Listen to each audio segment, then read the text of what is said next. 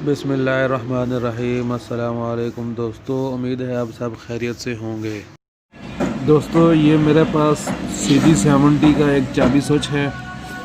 ये चाबी स्विच, इसकी वायरिंग करने का तरीका मैं आपको बताऊंगा। तो दोस्तों, ये मेरे पास जो चाबी स्विच है 70 का है। इसके अंदर दोस्तों 4 तारें हैं।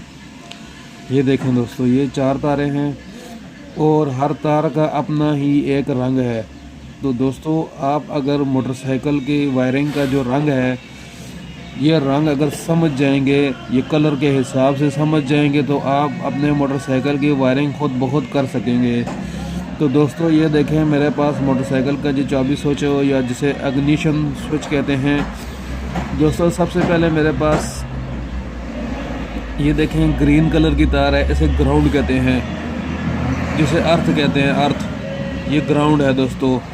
और उसके बाद दोस्तों ये लाल कलर की तार है, ये करंट की तार होती है दोस्तों। ये डायरेक्ट बैटरी की तार के साथ लग जाती है।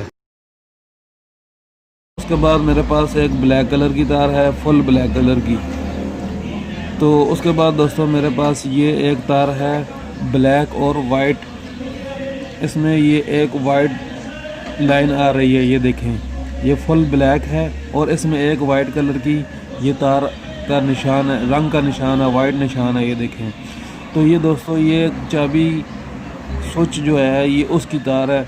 अगर ये तार हम मोटरसाइकिल के साथ नहीं लगाएंगे, मोटरसाइकिल की वायरिंग के अंदर इसको नहीं लगाएंगे, तो ये हमारा बग़ैर चाबी के मोटरसाइकिल स्टार्ट हो जाएगा।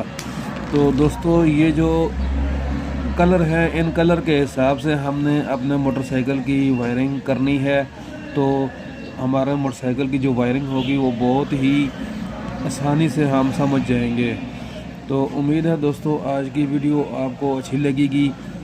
दोस्तों, अगर आपको किसी बात की समझ नहीं आई तो कमेंट बॉक्स में कमेंट करके आप पूछ सकते हैं। दोस्तों, आपके कमेंट का इंतज़ार रहेगा। इजाज़त चाहिए, एक नई वीडियो के साथ हाज़िर होंगे।